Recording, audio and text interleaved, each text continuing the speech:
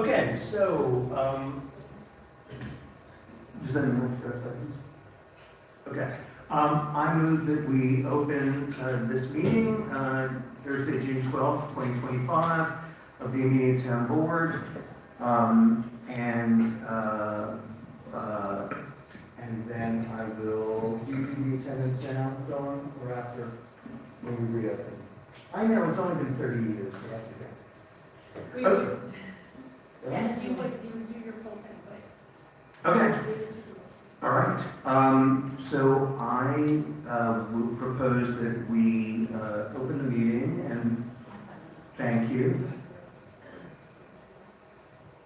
And then I would propose that we go into executive session to discuss personnel matters. All right.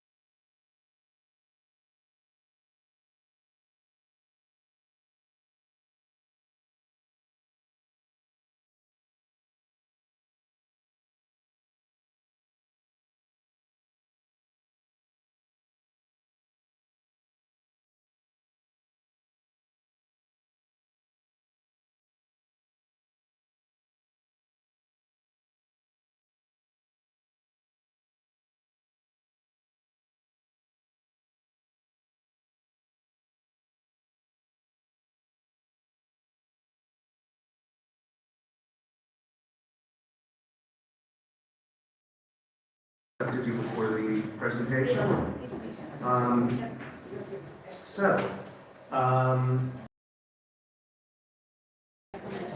I'll have to exit out of executive session.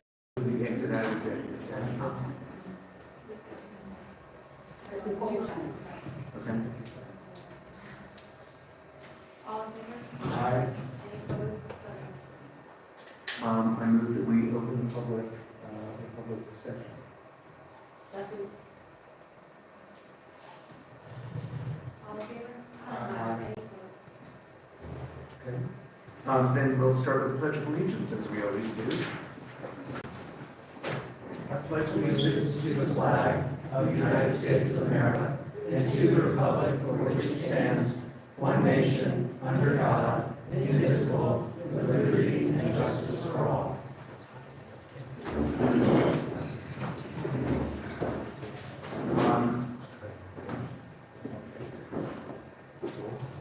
Supervisor Left? Here. Councilmember Butler? Here. Yeah. Yeah, It's fine. It's okay. Here, it's okay. Thank you. Everyone's here. Emergency exits are the doors you came in this door. I move that we accept tonight's agenda with the addition of an executive session at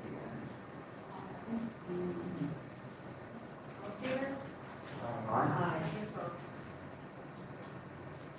Okay, our first public comment is items that are on the agenda, if anyone wants to speak.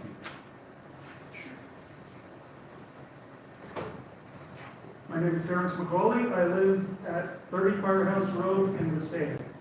There are two items on tonight's agenda that I strongly encourage the board to support. The first is the grant application to the state Smart Growth Program. I still believe that chasing grants is a sustainable business model for town government, and there I'm are... sorry, is or is not? Is not. Is not, okay. And there are also certain parts of the smart growth agenda with which I disagree. However, the money is available and we should take advantage of it. This particular grant will help the Comprehensive Plan Review Committee accomplish its mission to write a plan that is truly comprehensive and will benefit our community for years to come.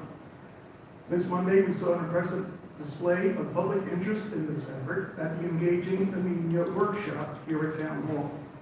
Many members from across our diverse community attended this event, demonstrating the media's renewed interest in its future.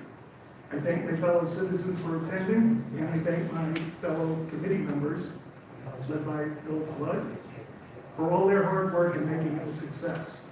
That's why I urge the town board to support this grant application.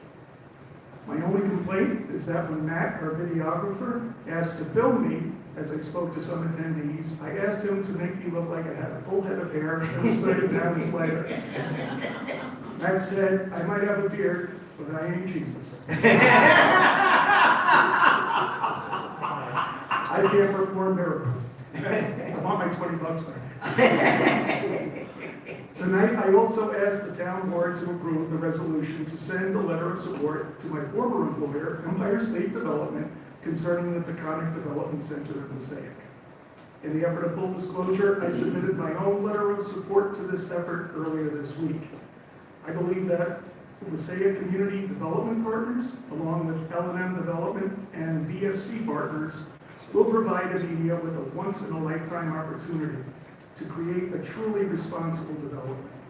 It will provide housing and business opportunities, not just for the very rich or the very poor, but for those looking to start out in life, or to start over, or scale down from their current homes while remaining in the area.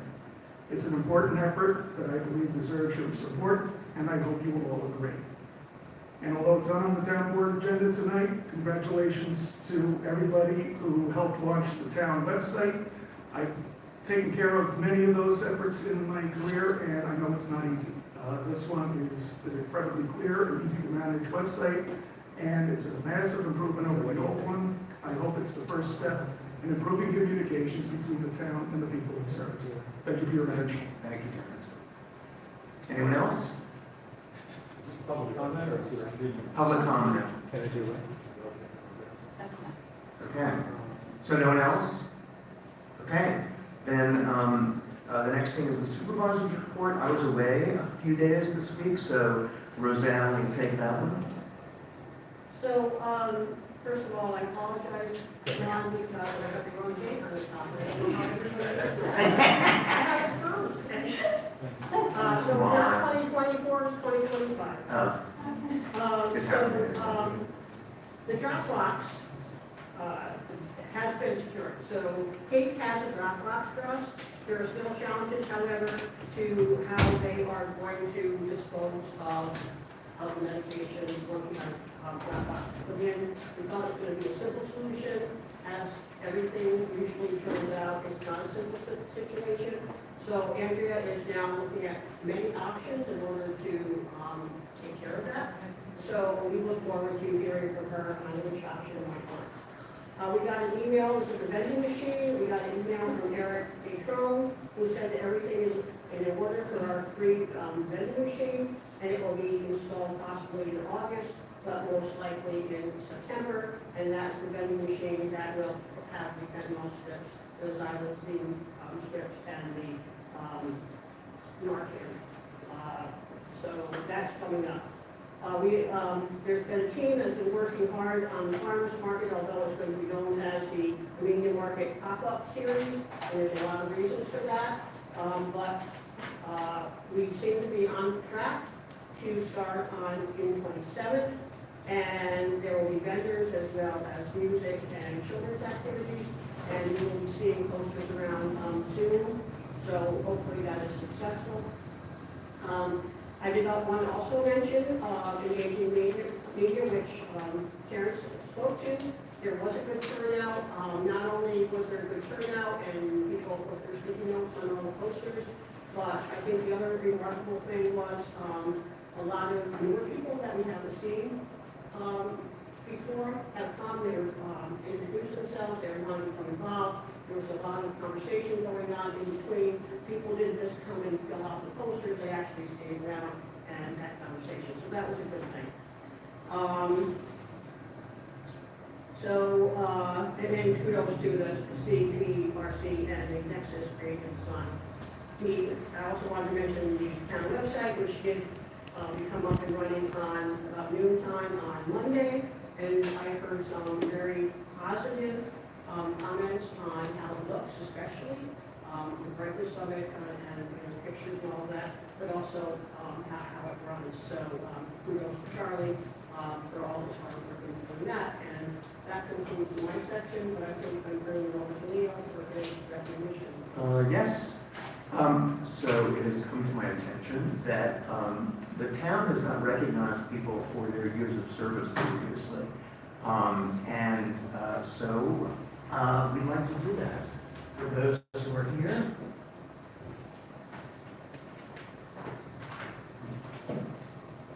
Okay, Judy Carlson has worked at the Highway Garage for a very long time, in fact, 35 years.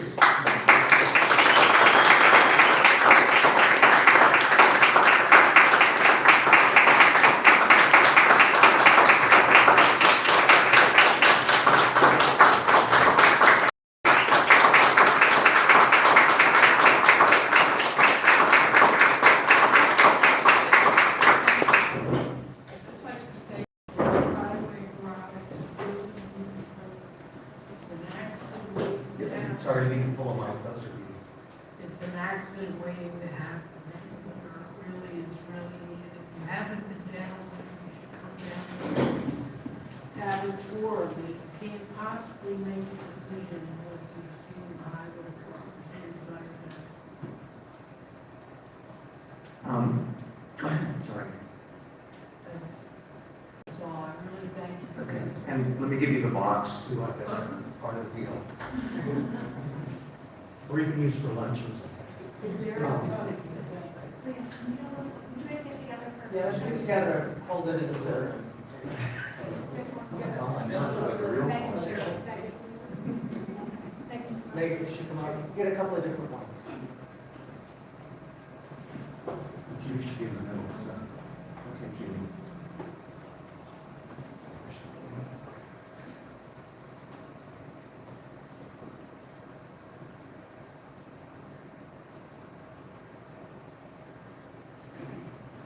Paper?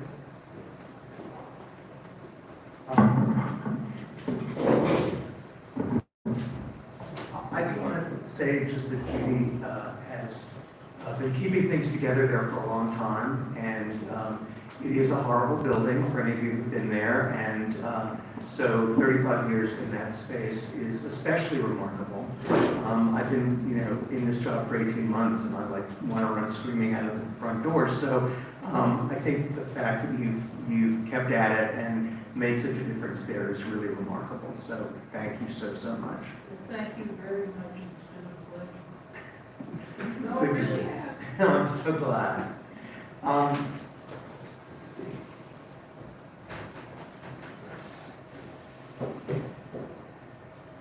There are 3 other people who've been here quite a long time. And the next one is Megan Chamberlain, who is our highway superintendent and has been doing that job for the town of Amelia for 20 years. So,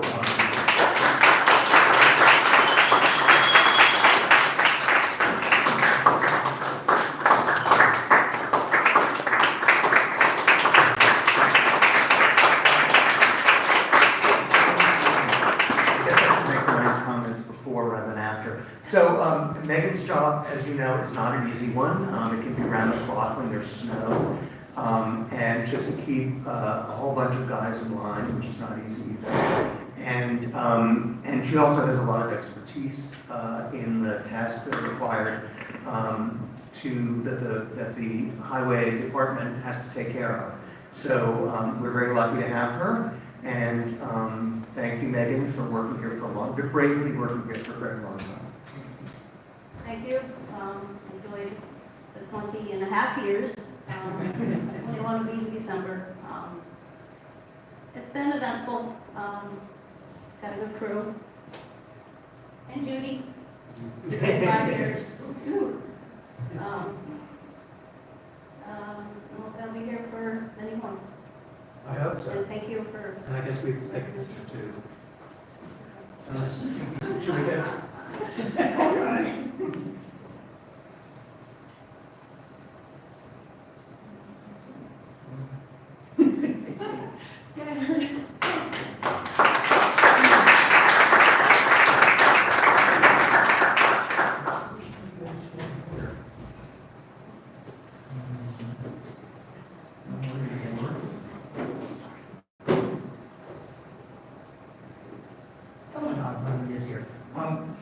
These are the 4 people who've been here the longest, and one of them is Maureen Moore, who's court clerk and extraordinaire, and she's been here for 20 years. And the next one is Dawn Marie Klingner, also court clerk, among many other functions. And thank you for your extended service to the town of Amelia.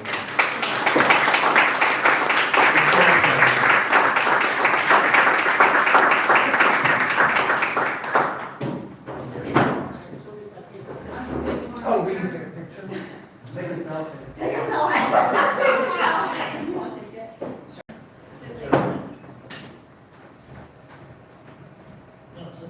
Let it be.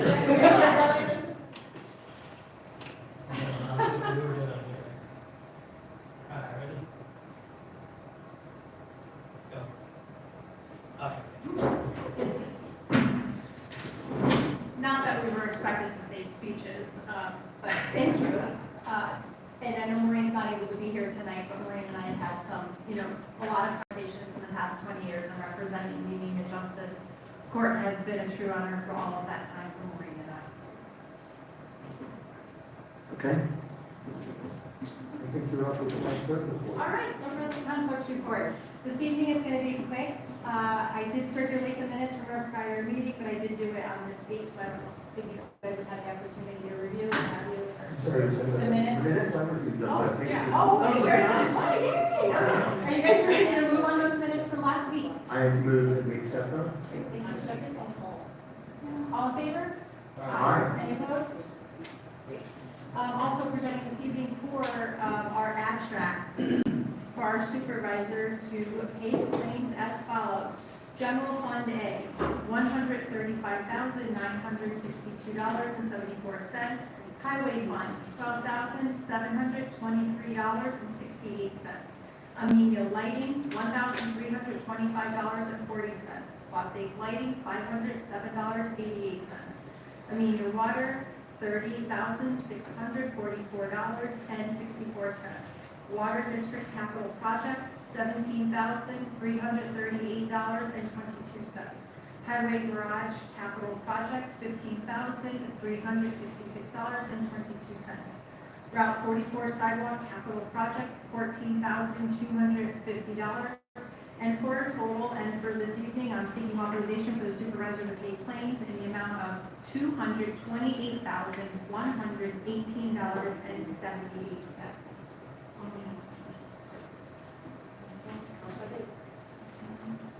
All in favor? Aye. Any opposed? And for our community events, do remember, we do have our state run coming up this weekend. We have chats going on. Save the date, which now I have a flyer. Last meeting I did not, but our Armenian Fire Department is going to be hosting a blood drive on July 1st, 2025. You're going to start seeing these flyers up. I'll have it posted on our website as well as the front bulletin when you come in, and there is the QR code, which is really neat, so if you guys want to go ahead and sign up in advance to reserve your spot, that would be great. Other than that, I just... Wait, it's 3 to 7:30 is the It's time. from 3 to 7:30 p.m. Yes. Okay. And it's a Tuesday. And it's in the fire It's department at the fire rather house. than in the gym, which is where everyone is. Yes. I usually do one here and one at the firehouse. Thank you. That concludes the conference report. Okay, building department report, Mike, do you want to say anything, or we should just use the one that you sent us? You can use the one. Okay. Okay, so in our board packets, I am going to acknowledge receipt and circulation of our building department report, our water operation report, our animal control report. Megan, you're here to go.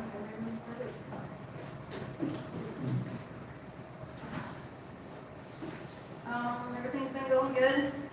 We recently replaced 200 feet of drainage pipe on Cascade Mountain Road and another about 50 feet on Yellow City Road. All of our roads have been mowed. Then we went down to the rail trail. We got that all mowed, weed whacked. The whole thing underneath the bridge. The bridge is, at this moment, is doing okay. Bridge is good. And then last week we went down to the new highway garage location. We got the mower down there, we mowed the big field down below. We've been busy out cutting shoulders, trimming some brush, cutting some trees where we can, not next to the wires. And everything's been holding up well the rainy weekends. Today I had Paul go out with a grader, touch up dirt roads mainly on the shoulders, and the other two guys were doing some maintenance on the trucks. And you still do have a job opening down at the highway garage. If anyone knows anybody looking for a job, it's CDL required, Class B. That's it. Thank you. I didn't see our animal control officer, but Bill, did you want to talk about the water department?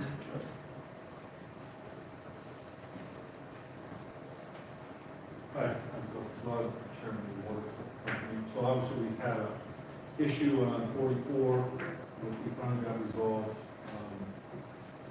Four Brothers Victory remodeled that building, the old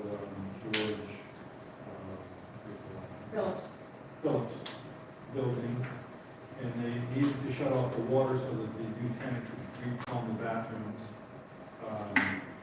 So it took us a while, but we had to get it back. A company came in and scanned the water, scanned the ground, we found the water line, shut off for 7.5 feet in the ground. So they finally dug that up, put in a new shut off. When we shut the water off, we shut the neighbor's water off as well. So we found his water line went underneath the building, so it wasn't a great idea to leave that, so we added a new water line and we shut off to the neighbor's property as well. problems at once, and that's all. So, and then I've asked VRI to give us a list of stuff, of maintenance stuff that they think we need to do in the next few months, so that we're not calling all the time, so they have some kind of schedule to do the maintenance. And that's it.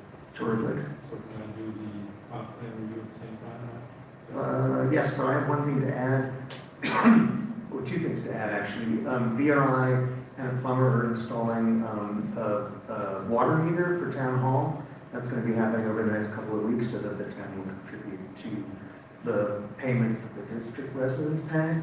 And the other thing is that VRI is installing a new shut-off valve for 22 north from the intersection so that if there's a problem, they can shut that off without shutting off the whole town. Yeah, they're working on it. Okay. Great. They fixed the plate that broke Oh, good. in front of the garage. They put a new plate in. So hopefully it'll pass. Anyway, the comp plan committee had a meeting on Monday, which was a great success. We had about 80-some people. I'd like to thank the committee for all the work they did. Pace University and Nancy's. So what was the interesting thing is people went to the 6 stations that were there. They filled out, the little stickies, their questions, their comments, and their concerns, and what they want, their wishes. But people didn't leave. They stayed for most of the whole time. So it was interesting to see people that from all walks of life sit, talk, chat for a couple hours. Actually, pretty nice. So you'll hear that the thank you notes went out to everybody that had their email address. They went out. So Pace will correlate everything that they have, and it'll be a month or so before they get back to us and what they feel. So Great. we'll be in touch. Thank you very much. Thank you. Do we have something from the animal control officer? I acknowledge receipts related to Saturday. Okay. What? Recreation. Oh, recreation. It's a little list weird to me, but yes, please, that would be lovely.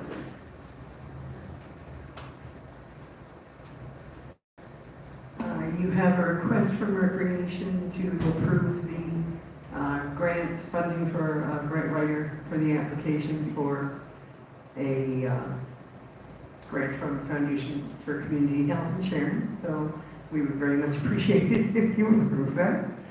I'd also like to say that I'm not sure whether the playground equipment got delivered today. It was supposed to, but I have not been passed to make sure.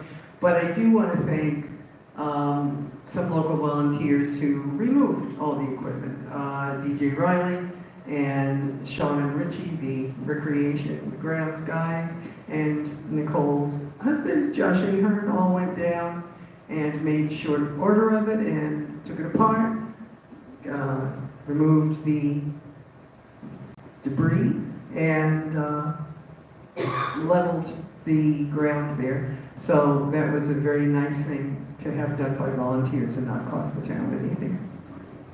That's all. Okay, thank you very much, Judy. All right, well, next up, yes. I just want to give a wastewater thing real quick. Oh, go ahead. Because, and maybe I'll start with the comp plan was amazing, the meeting on Monday. And aside from like putting notes together and whatnot, it was like just hanging out with your neighbors for 2 hours. I was one of those people who didn't leave until the end. And I actually came 2 hours away and had to go back someplace, so it was great. And I also say Judy and Nicole for finally getting the playground equipment, which has been a problem for years. And they took the bull by the horns and got it done, which is great.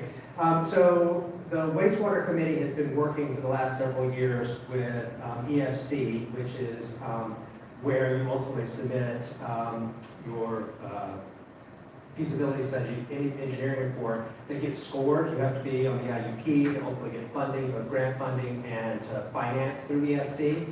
And their scoring criteria was very difficult, and through the efforts of the committee and with the town board's help of paying for Housatonic Valley Association to do surface water testing, we learned a couple of days ago that our score has actually increased from 21 to 68, which is a really big jump. We may be close to the funding line, so there's this line you have to get above to get funding. So it sort of goes to show you that all of these projects take a very long time. You just can't give up, just showing up. So, Thank you. We are next to have a presentation on the highway garage. Our very excellent engineer architects from CPL, who Rosanna and Megan and I and Charlie have been meeting with for a long time, have completed their design development phase of the drawings and had cost estimates prepared by an independent cost estimator. They were higher than we thought, so they looked at ways to save money. Megan had some ideas, and our hope is that we can continue to do this, even if we do it in phases. And I will let them, unless Charlie, you want to introduce the slideshow, but then you guys can take it away. Go and introduce yourself since I really did that. Thank you, Charlie. it's already measured.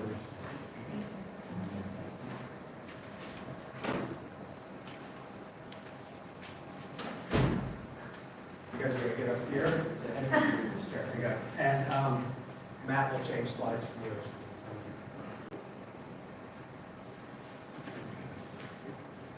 My name is Jonathan Duraco. I'm an architect with CPL.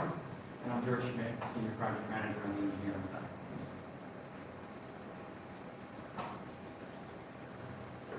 So we had taken over the project after the feasibility study. We had submitted and we were awarded the contract to continue the project from design into construction. We had changed the project slightly from the feasibility study. Some of the main topics that had changed were, Yeah. Well, I guess it's one more. So some of the things that had changed from the feasibility study to where we are today. Where we are today is the completion of the design development stage. That stage is right before we get into full construction documents. We had submitted the design development package to cost estimator, Trophy Point, who is a highly regarded third-party cost consultant that's used throughout our industry.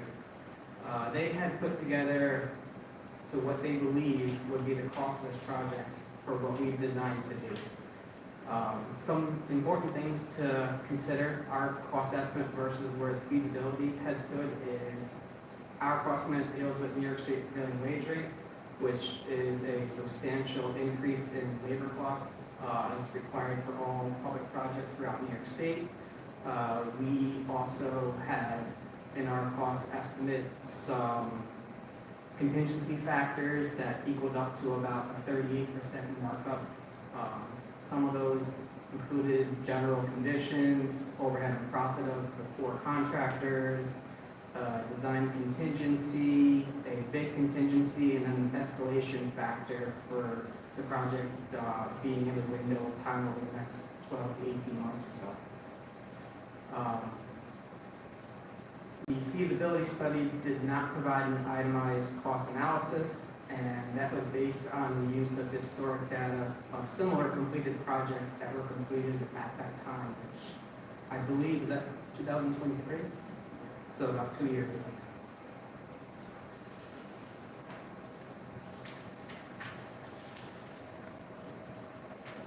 So the project consists of designing on a brand new site, which would require complete site work. Right now, it's a wooded site with trees, no road, and no access. On the site, there will be a brand new garage building, a brand new salt shed with side storage attached to it, a new fuel station for diesel for the trucks for the garage, and a fence that would be around the perimeter. the on-site well, on-site septic, full stormwater pollution prevention plan, and required by New York State.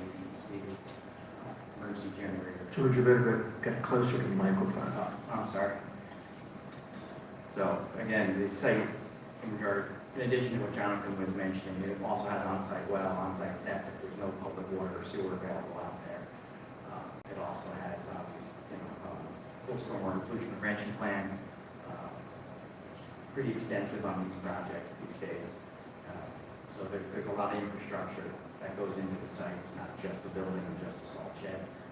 They run the electrical service all the way down to 22. If anyone's not familiar with where this site is, it's south here on 22, right next to the DOT. So it is a downhill site. So you need to get down to that flat area in the back. So there's a bit of a run for the utility line to get down there, as well as a length of driveway to make that happen. Those are your basic site features.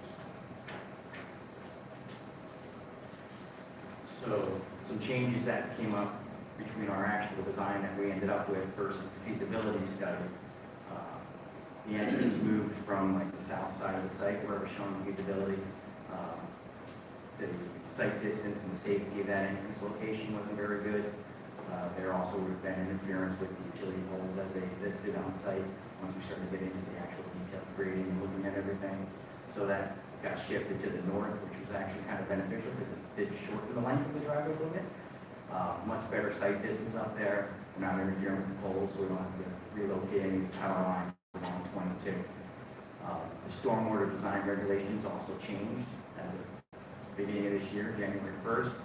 So we anticipated stormwater during feasibility isn't actually the same as what we have to comply with now. They've come up with stricter rules and regulations for things they call hotspots. And unfortunately, highway garages and sand salt sheds and fuel storage locations are considered hotspots, meaning the potential for them to pollute the environment is greater than, let's say, a residential house or something of that nature. So the amount of stormwater controls is pretty beefy. We also have included in our plan a material stockpile storage area, basically kind of large flat area where Megan and her crew can store some materials on site that really wasn't represented on the feasibility study so well. So that was one of the things that Megan brought up early on. There's not enough storage on this feasibility, so we did our best to get some more storage. Again, the drive was a little bit shorter, and that really was a benefit, came out of the sight lines and the safety by the road more than anything else. And the septic changed from the feasibility as well. On the feasibility study, it was shown further uphill, like kind of where the old 22 came through the site, which would have required pumping. We were able to have that situated down lower next to the highway garage to maintain gravity, no pumps.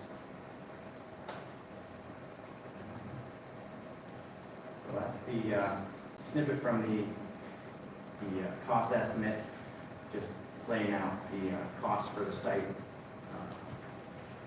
You can see, just the difference there, you're looking at like $2 million essentially.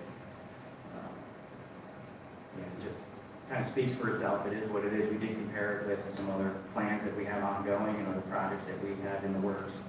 And just a double check trophy point, and every number that we can verify has been verified, and these are the market values at today's market. Maybe I'll just point out, as we get to each link, because I've got really into the numbers, so I want to point out, please go back to, thank you. Well, it's just because it's shocking, and then it's like, well, sometimes it is what it is. So stormwater management, that system is a significant portion, it's almost $500,000.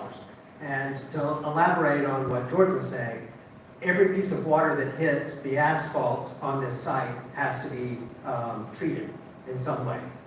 So it's massive. If you think about, like, we have a very long driveway, and then you have to have a lot of blacktop to have turning radiuses for the trucks that come in to deliver material for the salt and sand shed. So what we did do, the first column is what came back from the cost estimator, is over many sessions try to figure out, well, what can we remove, what can the highway garage crew possibly do, the highway department. So like the earthwork, the first one, that is really clearing all the trees. It is doing grading. It won't be final grading, but the highway department believes that they can at least clear all the trees, they can do some of the initial grading, they can cut in the driveway into the site and save significantly. I mean, we still have to pay them as well as a third party because we don't have all the equipment for that, so we will have to pay people for that. So it was a significant savings. And on that, it just like never ends with New York State and their regulations. We are close to a bat environment, and so we hope that you will look at, we have a proposal for a biologist to come out and look at the trees and, give us a report, and then go to New York State and hopefully let us cut down trees, even though they're near a bat. This is okay.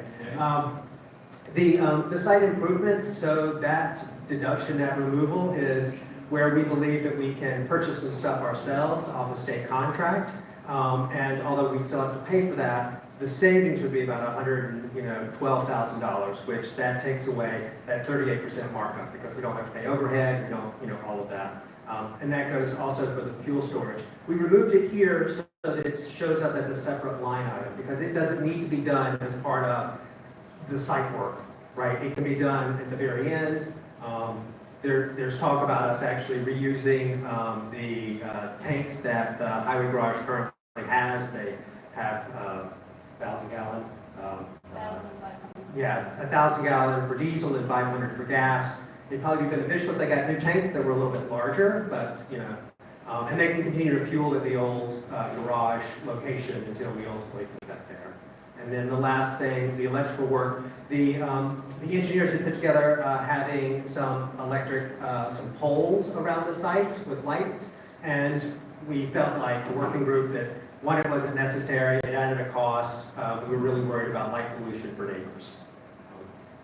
Does anybody have any questions about the cost estimates here before these guys move on? We included what the feasibility number is, and I think that a large portion of that difference probably is three categories. One, it's that they didn't assume all of the elements that would have needed to be, like, 500,000 isn't, that would bring you up to 1.5 as the stormwater. I think they considered stormwater, but again, their analysis had no detail. It was just, this is the site number, so on and so forth. And I don't believe when you really dig down into the cost estimate, how much it costs to just run electricity from the road to the site. That cabling has to be put into PVC pipe. PVC pipe is now twice as expensive, and we have a ton of it, because we actually have to locate our garage down at the bottom of this 5-acre lot because the top of it is just a big hill and mound. So, Charlie, I could have one question. Where it says sanitary, is that for the stormwater or is that for the septic? oh, that's a very good point. No, that is for the septic. So water is drilling the well, and this is a little bit higher than you would expect, but it's because we have to locate our well sort of up into the northern portion, northwest portion of our lot because of where we have everything else. So there's, it costs water to run pipe down to the site, and then that is the digging of septic. Yeah. And there may be some cost savings there. I guess we could do, these guys will get into like add-ons, so we could possibly just pull that out and, have us maybe dig it. It would have to be our crew because if we had somebody else do it, it will have to go out to bid because it falls into the category above 30,000. It's not really a lot of money in the whole grand scheme of this. I want to also say that I think these numbers will come in lower. But we will not know until we go out to bid what the actual numbers are.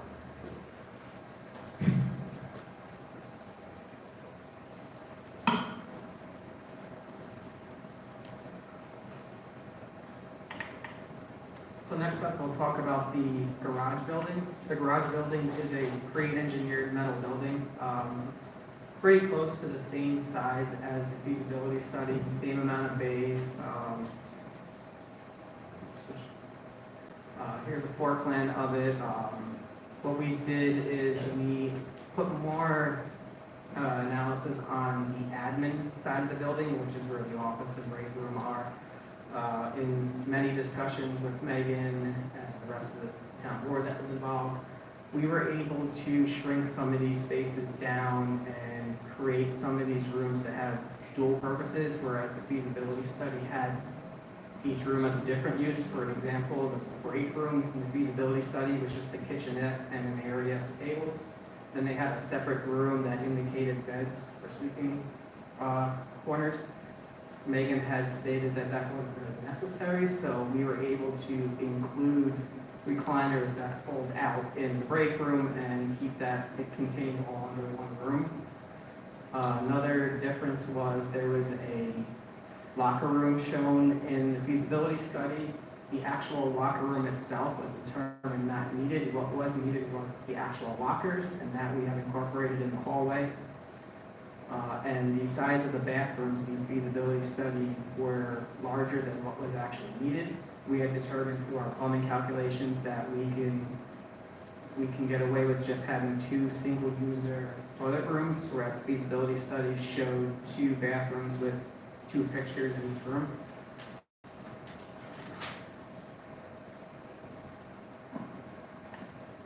So this slide is showing a chart that's basically describing how the garage building was in the feasibility study versus how it is now. I went through some of this just now, but I'll just go through the bullet points again. The square footage is more or less the same. We're close to 13,000 square feet of building. Number of bays is the same at 6 double bays. There's office break room in each. The feasibility study had fire suppression, which is a sprinkler system, called out. We were able to design around that to remove that cost from the building by creating fire areas. And by creating fire areas, it's basically like having buildings up against each other, but internal circulation through the spaces. There was a mechanic bay in both of ours. There was a wash bay indicated in the feasibility versus ours. The big difference was in the feasibility study, the wash bay was just the title on the last bay in the drawing. Ours actually has a separation with CMU walls that will be waterproof, and we also took into account for 4 drains within that and oil water separator for containing that water and as per DEC standards. The feasibility study had open storage on the outside of the building. We do not in ours. We relocated that to the salt shed structure. The feasibility study had a loft storage area, which would basically create a second level above the garage. After talking with Megan, she determined that was not needed and would most likely not be used, as it's not practical to have to go up and down stairs with different materials, tires, other heavy components. The feasibility study did not show a vehicle lift, whereas ours did. We had determined in talking with Megan that it would be a good suggestion to have a vehicle lift permanently installed in the mechanics bay within the new building. That is a component that, after talking with the town, we decided that it would be best to have the town purchase that off of the state co-op program and have that brought to site and have the contractors just prep for the installation of it. That way the town could save on any markups that would be related to that item. I talked briefly about the locker rooms before. The feasibility study had them. We no longer have them, and the rest of the area is the same thing. So this is a slide showing the cost breakdown, similar to how we did with the site. This is just related to the garage building. The difference between the feasibility study and what we have today is that a million? $1.6 million. Some of that's due to inflation.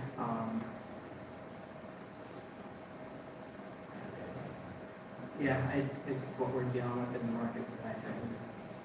It's hard to really narrow down why each individual thing may or may not. Again, the feasibility was just based on a concept. They didn't have detailed plans to really develop a cost off.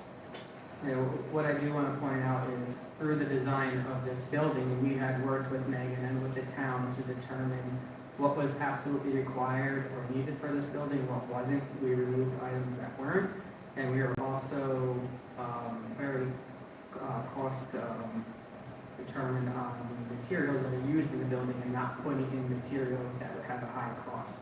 The building has metal exterior, metal roof. It's a pre-engineered metal building. The concrete floor in the garage bays is just sealed concrete. It's not a fancy epoxy floor that would add a substantial cost to the project.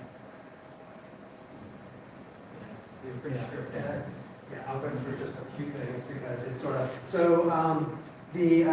with the fire protection, which has a significant cost, so the way that they were able to get around actually having to have, a sprinkler system throughout was dividing the building up. So the wash bay is down in the middle and it has CMU, which are, cinder blocks, that go from floor to ceiling, so they have to be that tall. It's actually a decent cost to it, but it still is less than what it would be if you had fire suppression throughout it all, plus it gave us a wash bay. It's funny, we even went through, just so minute details. Putting paint on that brick wall is actually a cost, it's a significant cost. But if you're washing salt off of trucks, and if there's not protection on the CMU, you can go down to the current garage and see what that looks like in 10 years. So a number of garages have opted to put in radiant heat floors. Millington Northeast actually has their break area office with a radiant floor, and that extends into the 2 mechanic bays. So if you were to look at the layout, like if you go back to where the layout is, from where the office building is and you move over, the first 2 bays are sort of the mechanics.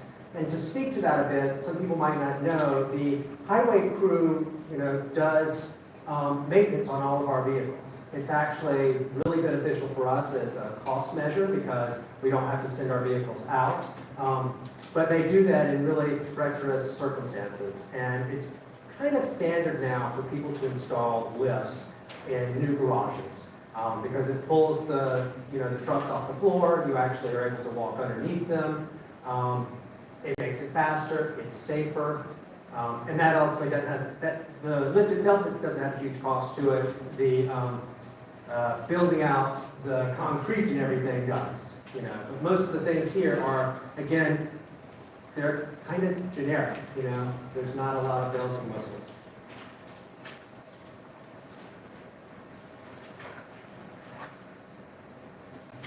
Next up, we have the salt shed and storage building. Basically, the layout of this building, the right side, the big open area, is where the salt would be stored. On the bottom of the page, that's open to the outside. There's 3 walls around it. It's 12-foot tall poured concrete walls with a wood timber frame structure above it for the roof. Off to the left side is storage bays. We have 4 enclosed storage bays and 2 open bays below that. This is just an elevation showing what that looks like. The top one is looking straight into it, and then on the bottom you see the side profile where you can see the 4 enclosed bays with 2 open on the right side. So the feasibility study had the salt shed as a tension fabric roof structure with metal framing and probably precast concrete walls. The size was slightly smaller. They're pretty close in size. There was 0 storage bays on the feasibility studies building, but they had those located on the highway garage.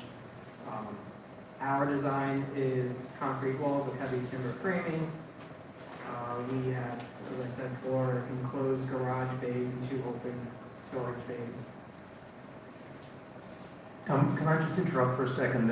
Megan was very concerned about having a fabric building because a fabric building is supported by metal, and she'd spoken to a number of other highway superintendents who had a really bad time, who had to replace their roof several times because the metal rusted out because of the proximity to the salt and moisture. So it was important to use wood framing and concrete rather than have this the sort of typical building, because those tend not to last very long.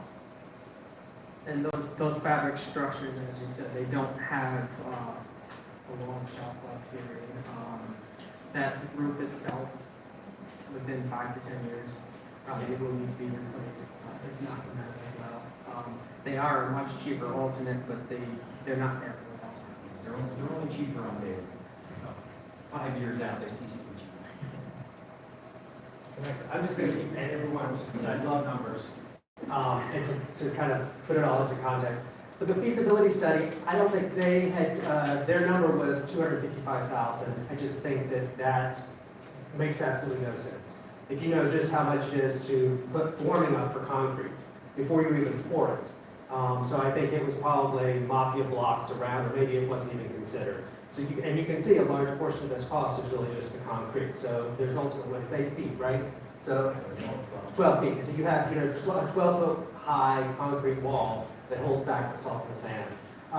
The idea about having storage in with this sort of came from us looking at a lot of other garages, because either they are building that now if they're building a new garage, or, and CPL has done this for a number of other towns, they're building a new building to store things. And I didn't even realize, but when I looked at the feasibility study, their drawing for the garage, it actually had probably, I don't know, 5 or 6 of our pieces of equipment just sitting outside. I don't know if anybody ever noticed that. So there was never really any contemplation about, where are we going to store this other equipment.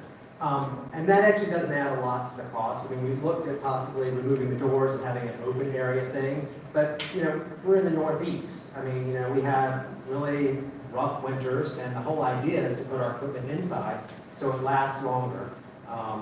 It doesn't have as many issues. Charlie, what are the electrical components?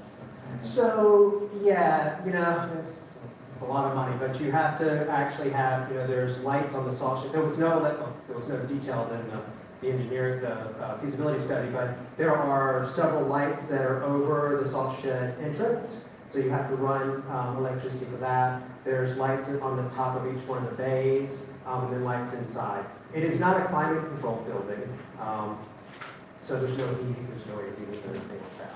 Yeah, it's running that light. And although that's a decent size of a number, and maybe it comes down, it was also enough lighting so that you didn't need to put poles around that area. So that was the idea, that you have several lights coming off the facade.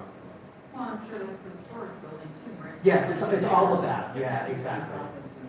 Yeah, we did put outlets. I mean, that's the thing. I guess we could remove outlets, but we felt like, it's not a whole lot to run a lot of outlets inside the building, so that you have the ability to do that. Yeah.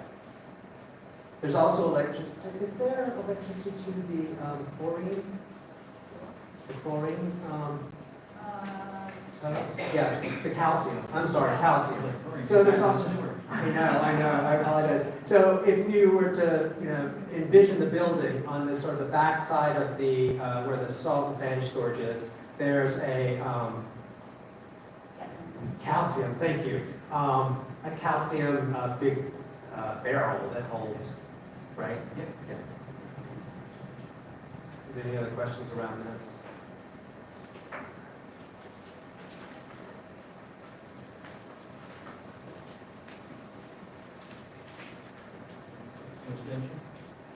Yeah, so again, we had proposed new fuel station, and a little larger than what they have currently. Again, it is a pretty significant cost. Again, there was no real details in feasibility, just fuel storage on site, which is, customary for a feasibility study.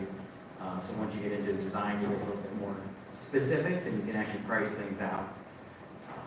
There's not a lot to do to reduce costs on a fuel station, other than, like I say, if the existing tanks are in decent enough shape, we can just relocate them to the site. There would be cost savings there. We still would have to do new dispensers and new, monitoring systems, so you know how many gallons you're actually using and going out, keep track of all of that. But again, there's just a lot of environmental regulations for obvious reasons when you have fuel stored on site. All of those things add cost to the project. And then also, I don't believe the feasibility had fencing that I recall.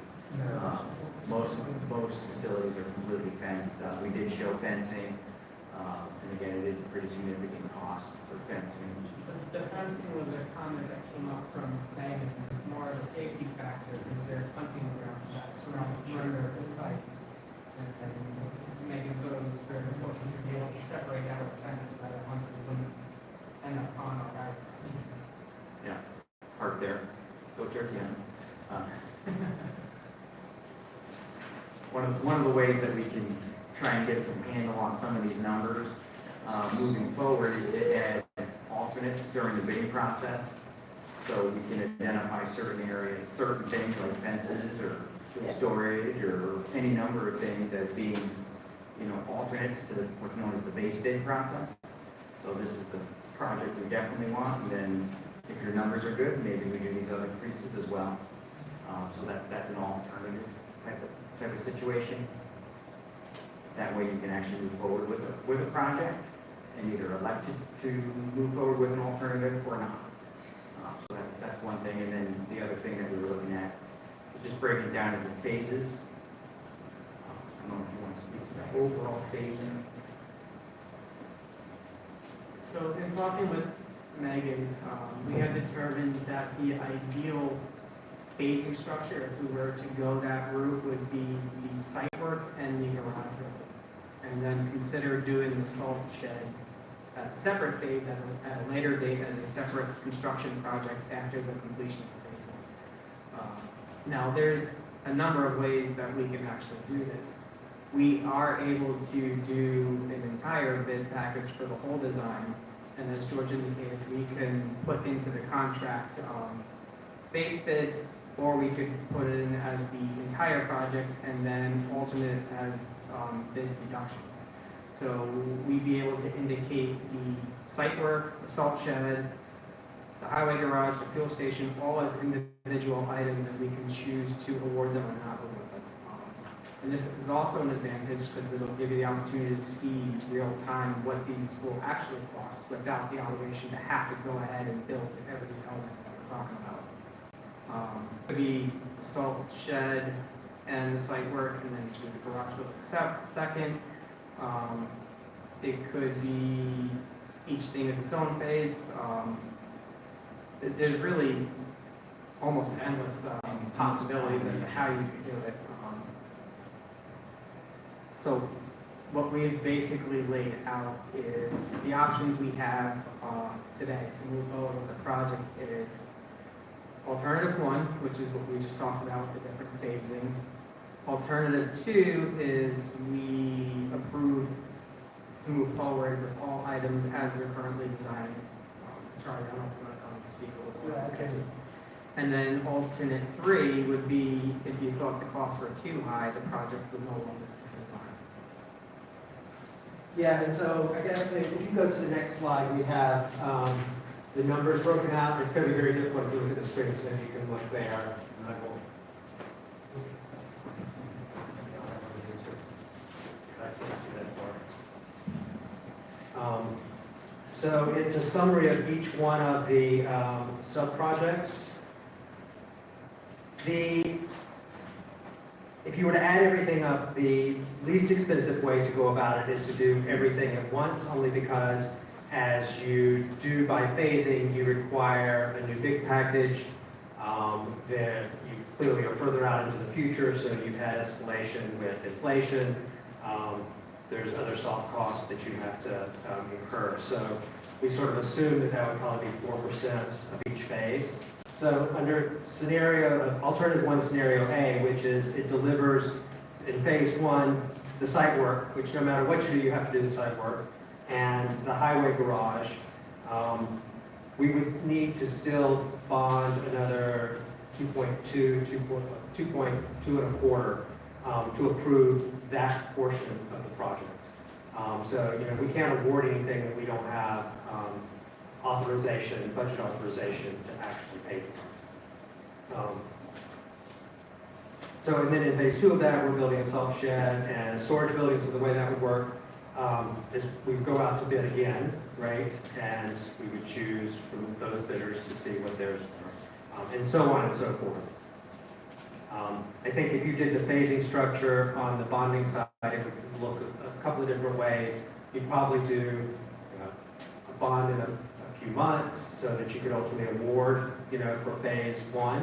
And then you just do that as a rolling, or maybe your next bond would have enough for both of the next two phases. I will say that we've assumed that we have significant fund balance and that we would put a portion of our fund balance towards this project. So there's fund balance in the highway garage fund as well as in the general fund. So that would offset costs by about $650,000.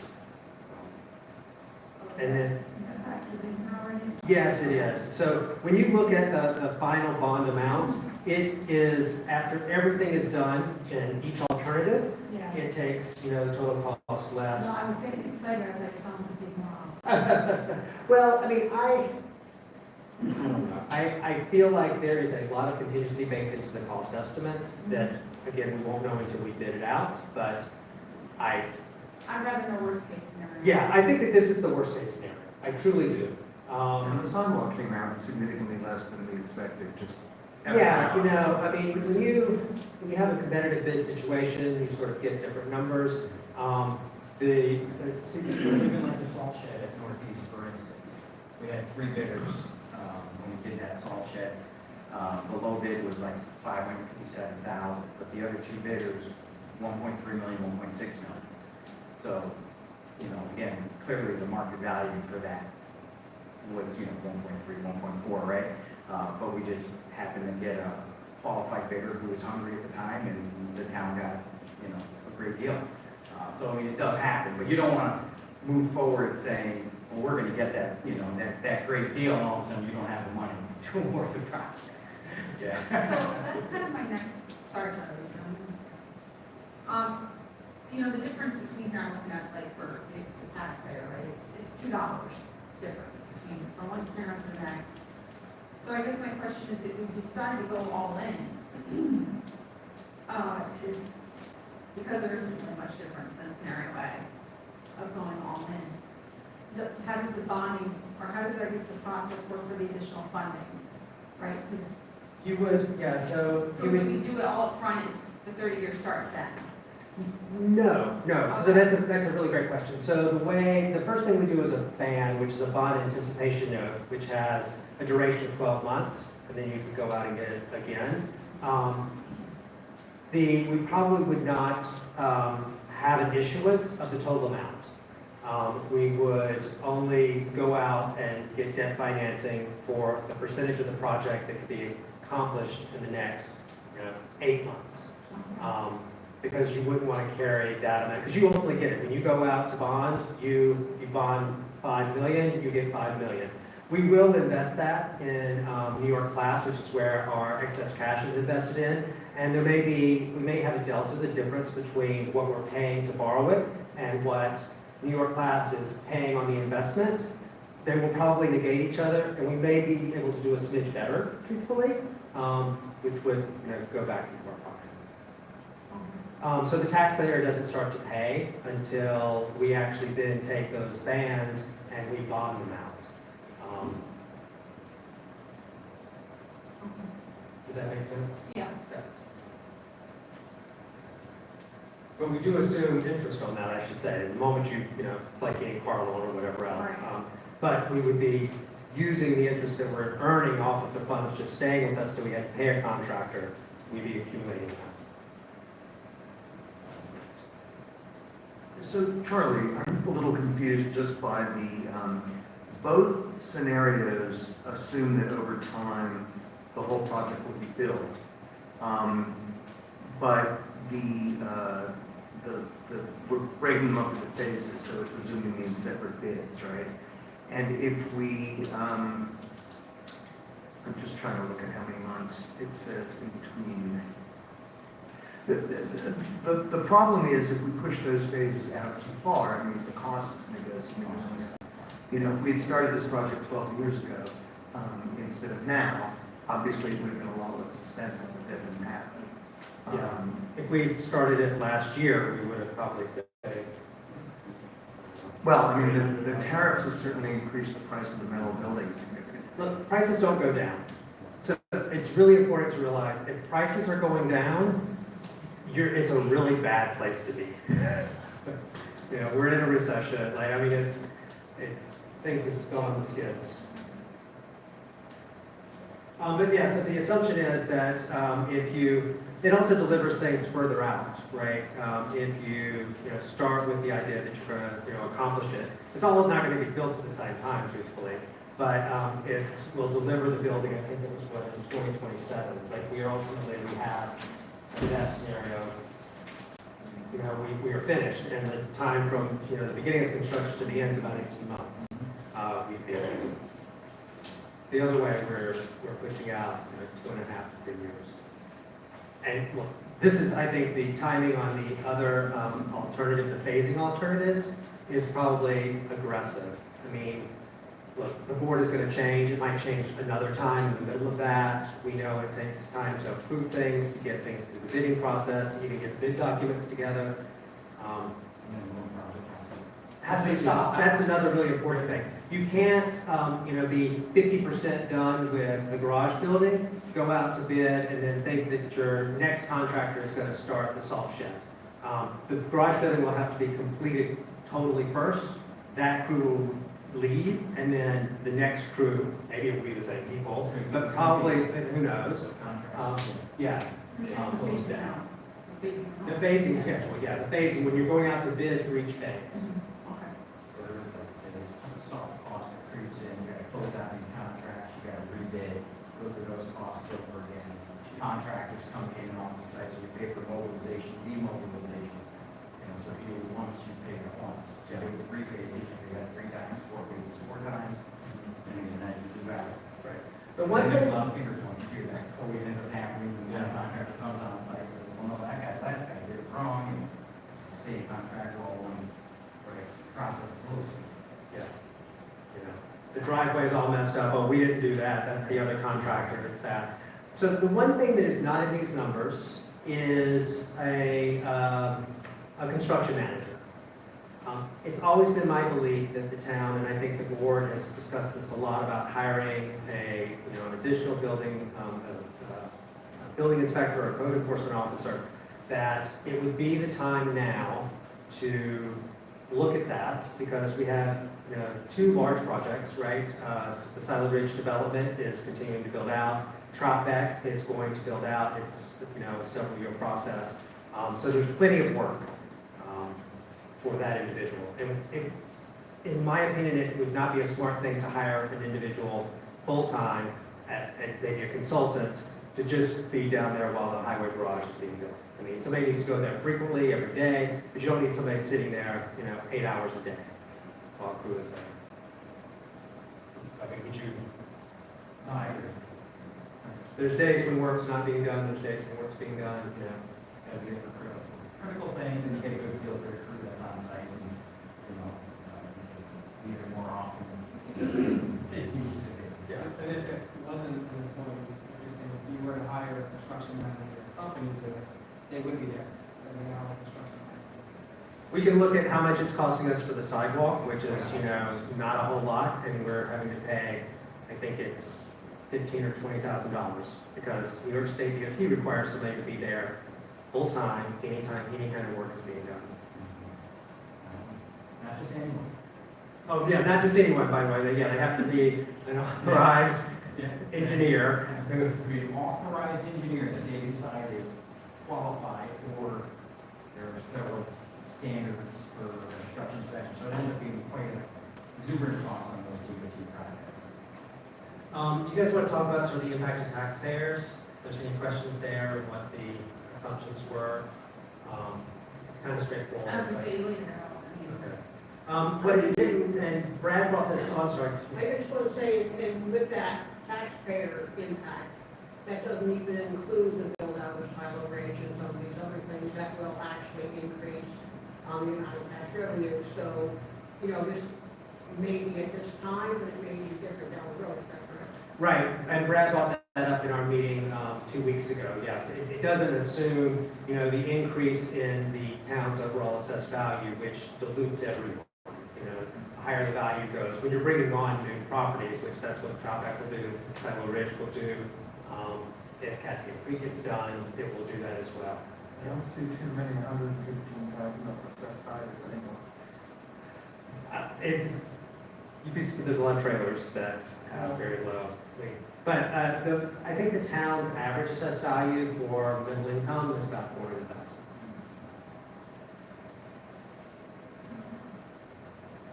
And this wouldn't happen automatically either, like, ultimately, people wouldn't start to see that, it would be phased, right? Because we don't take it all out at once.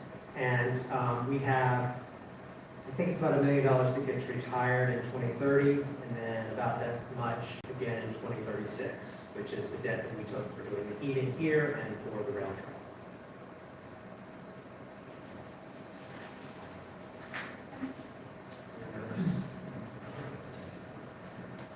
Yeah, and we did assume, like, the final bond number did assume that we get a WQIP grant for the salt shed.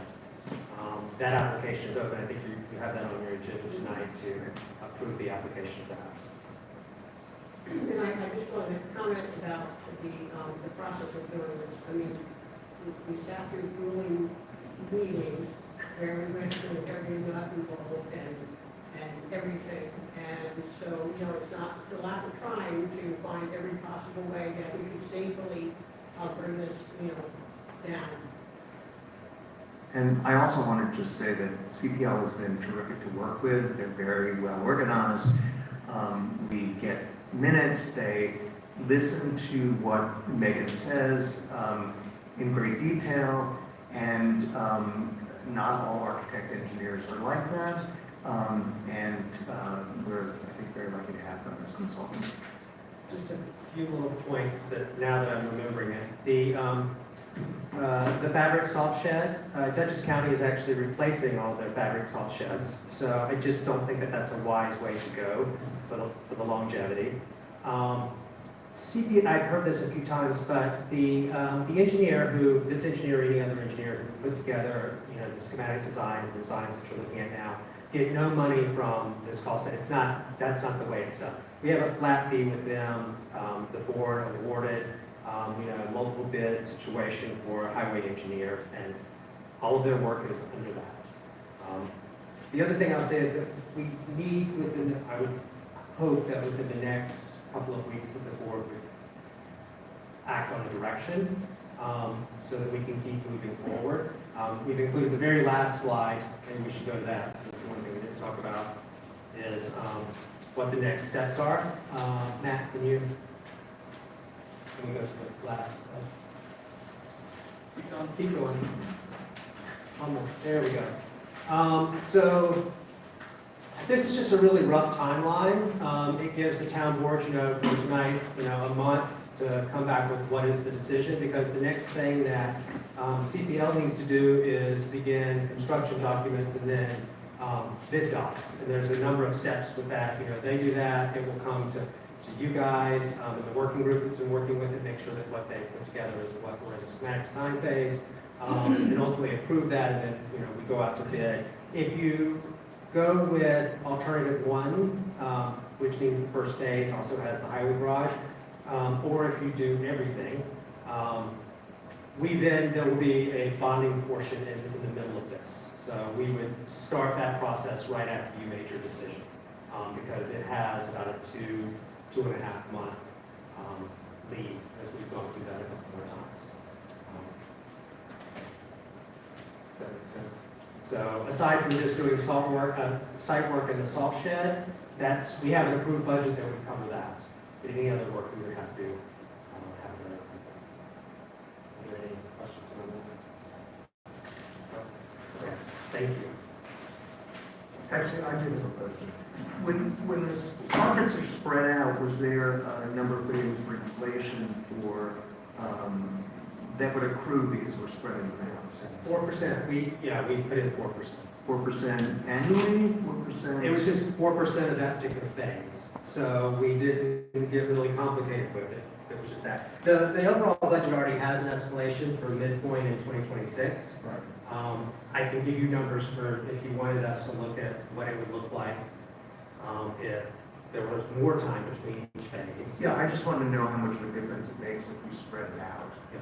I mean, again, I think that the way we looked at it here is probably aggressive. So if you want to be very conservative, we should bump that up as phases go on. I will say that like most of the phases, like if you went back to the phases, the last two are not a large, it's fencing and the fuel. Really the big ones are site work, garage building, salt shed. Any thoughts or comments or? I mean, as it stands now, if you add more not phasing out, it's cheaper to go all in. I mean, the thing about going out to bid, CPL will put together bid docs so that we get a price on everything. But if you don't already have authorization to spend that, you can't award for those. And there could be a scenario where we actually have something that looks really great, when we can't. Miller's Northeast, these guys did Miller's Northeast, so they did it in a lot of different pieces. The first thing they did was their site work, their highway approved, did do tree clearing, actually moved a creek, they did a lot of that work. Their site is very small, so if you haven't been by, you should go.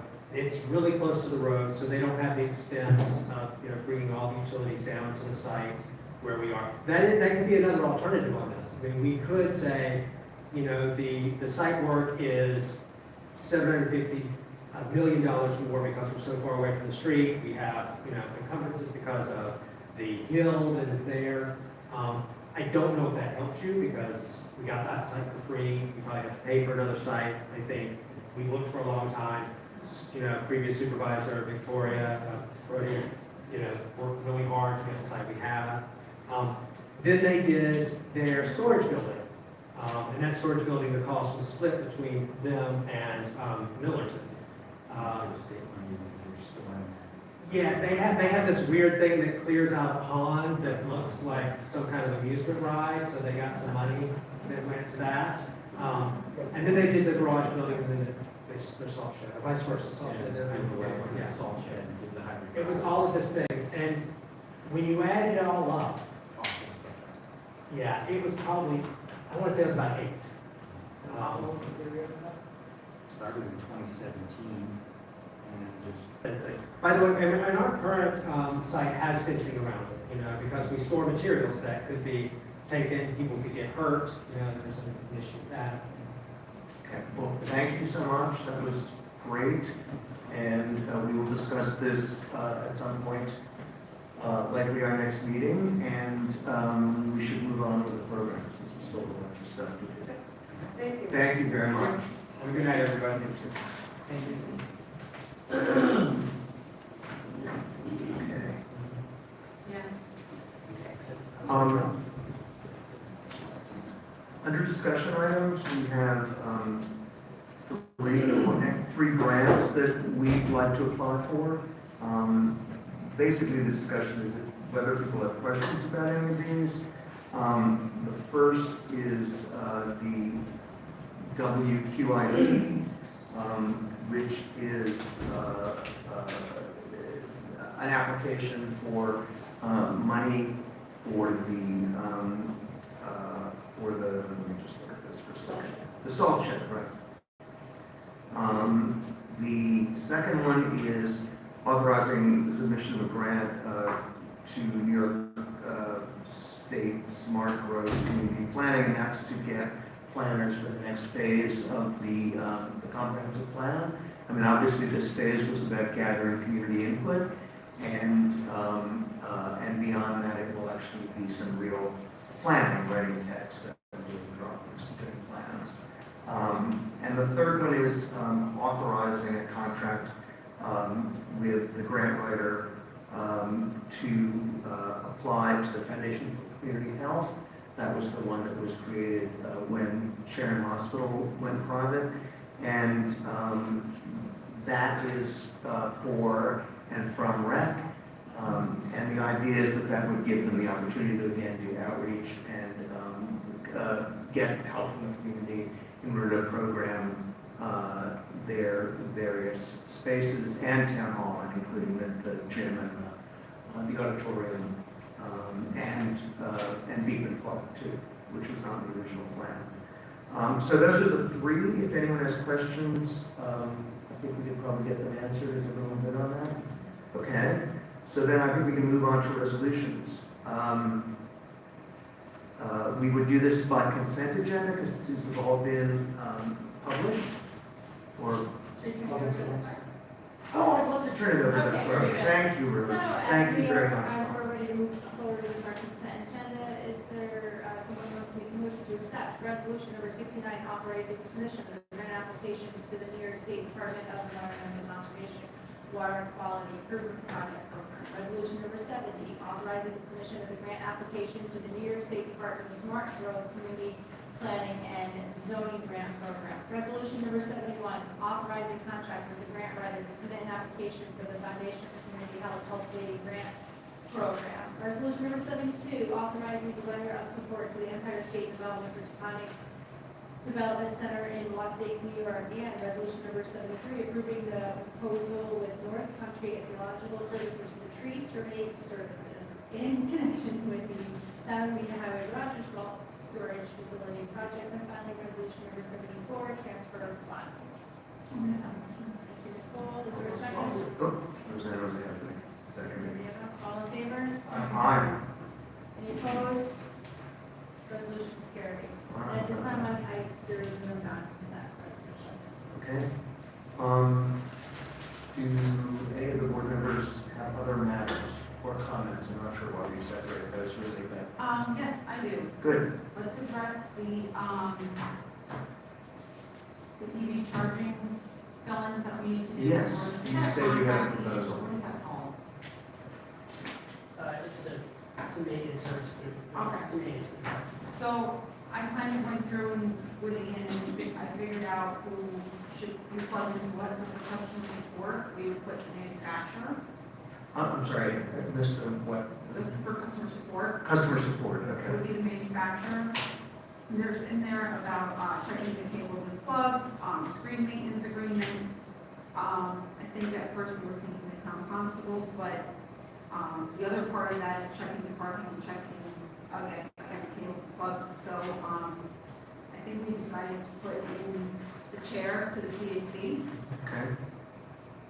And then the contact person, if there is an issue with the charging stations, like say there's someone that is using them and can't turn that on, the number to the town hall clerk would be who they call. So they just let you know that there's an issue, that then would be referred to the CAC chair, who would then fill out the ticket Okay. if there is an issue.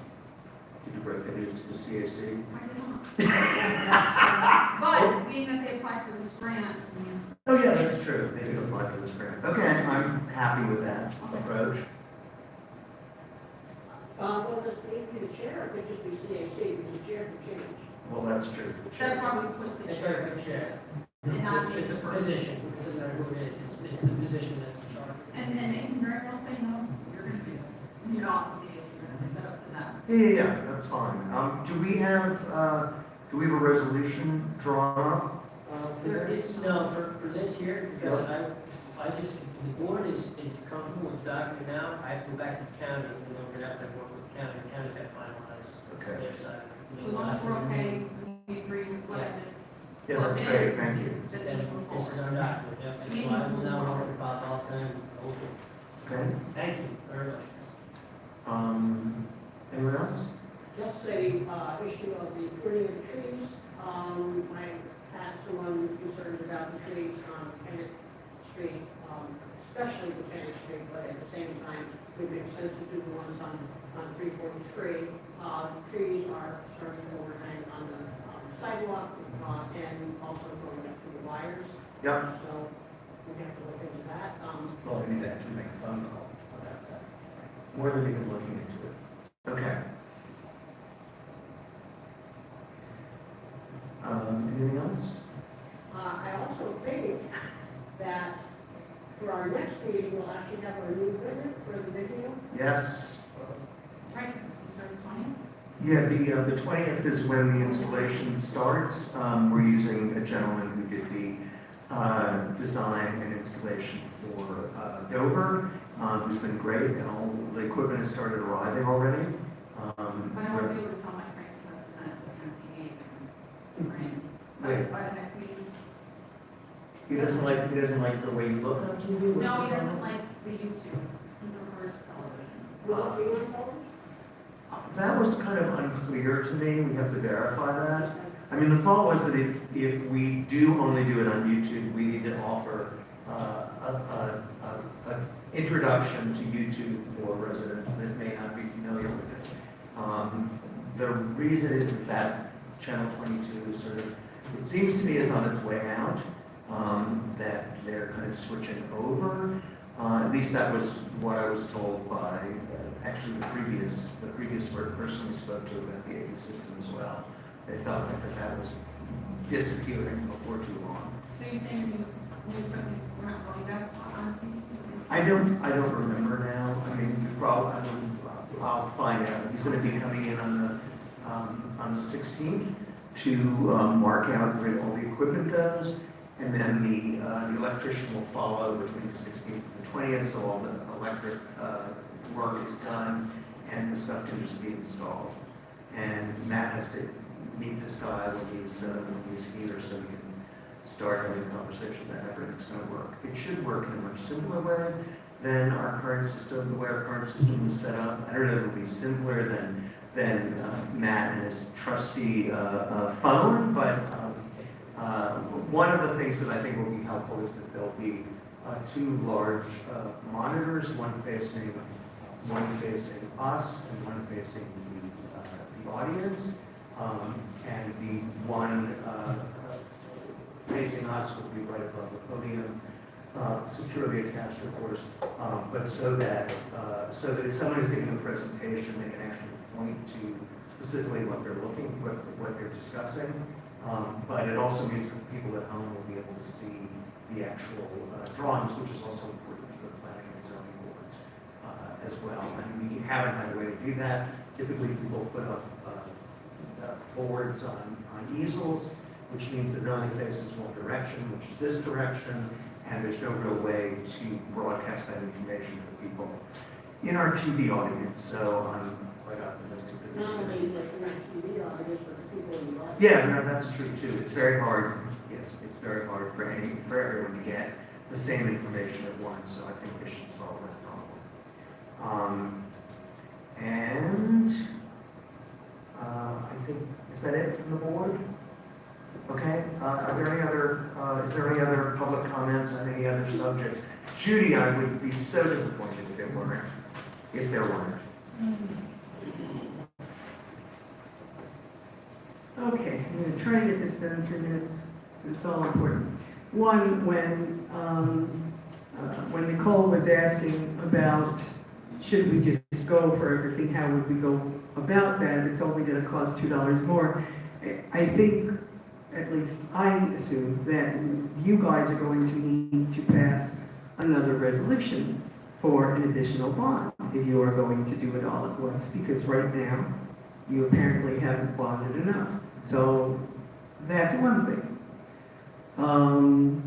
Then, Charlie's absolutely right, you don't have to borrow it all at once, but you do have to have authority to borrow it. Okay, next thing. Whoever did the feasibility study, and I realize hindsight is 20/20, but whoever did the feasibility study seems to have been off by a rather large percentage, which is disturbing. Okay. When it comes to doing the project, I realize that it was suggested that a construction manager is not needed. Let me say this. First of all, having been involved in... You suggesting it is needed? Oh, I thought they said he wasn't needed because he was going to... I thought they said hiring another building person was needed. Well, we are planning on doing that, Judy, but I think... That's not a construction manager.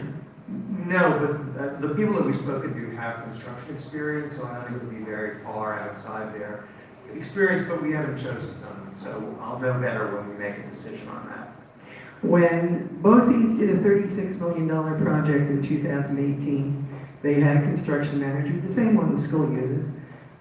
They had a bidder, a company that completely fell apart in the middle of doing it. Because the construction manager was there, he was able to oversee, see what was happening. It threw a wrench in anyway, but he was able to, that company was able to deal with it, get someone else in, move things around so that everything's got done. When the school did their $20 million project in 2002, we had a crummy construction manager, and as a consequence, we had a septic system that failed after 5 years, which we then had to completely redo. We have used a construction manager who we're very happy with for the last 2 school projects. We always come in under budget. We always come in on time. One of the things that happened this time is that we had a company who was supposed to work on the generator and do all of the electrical work. Because of the way the world is going now, they thought they could stiff us and up the cost unreasonably. Our construction manager went, dealt with them. We wound up with somebody else, or we would have simply been paying more. It is, and a construction manager, it's not they get paid per day while they're standing there every time. Generally speaking, construction managers, just like architects, get paid by percentage or a flat fee. And they're there when they need to be. They're not getting paid more because they come there another day. I cannot say strongly enough that it is penny wise and pound foolish to not use a construction manager, because no one that you hire to inspect buildings is going to have the expertise on construction sites such as this to be able to really oversee everything and deal with it well. And since Paul was a construction manager, he would hardly agree with you. Okay. Again, it's usually not one part. I mean, we hire a construction team and they do it. We hire a company. Okay, other thing, I don't know whether you guys can use this to get the meetings online. We use Zoom. Now, I realize, sad to say, very few people log into our Zoom, so I don't know if that would work for the town if a few hundred people wanted to log in, but that's how we get ours online, and then we post them later too. But that's how we get ours online while it's live. I think that was it. Yeah, thank you. Let me just ask Matt, because I think you've investigated. Are we able to put this up? We do have to take the footage, whatever this would be now. We do have to take the information, the data, edit it before we give it to YouTube, right? It has a process that it goes through, like through them. It has like their own like algorithm that does it, and then we just post it. And assuming there's nothing that gets red flagged, it just goes up immediately once it's done processing. So there's like a processing time. Like once we do a live, it processes, and once it's able to go live, it gets uploaded to the YouTube channel. And is that a fairly consistent time, that process? Yeah, it usually is depending on how length of the meeting. Yeah. And like, give me an idea of what that is. It's usually in the next 24 hours. Usually. Okay. Yeah. Great.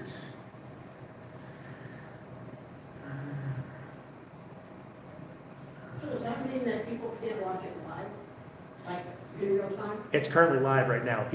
There's people watching it right now. And the thing with Zoom is, and it's only a minor thing. It's not like any legality thing, but Zoom will also inform people that the meeting is being recorded because they're participating actively on it, whereas just passively viewing. So that's the only real difference between it. I'm sorry, you're saying that you are using Zoom to do it? No, we're using YouTube, and I'm saying with Zoom, there's just a disclaimer that it's being recorded because people are actively on the actual same meeting space, whereas YouTube, you're passively viewing, so. Great. Okay, then, unless there are other comments, I'm going to move that we go into executive session. I'll second.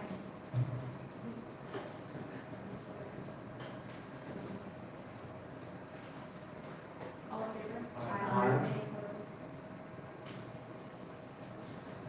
Okay? What? You were concerned.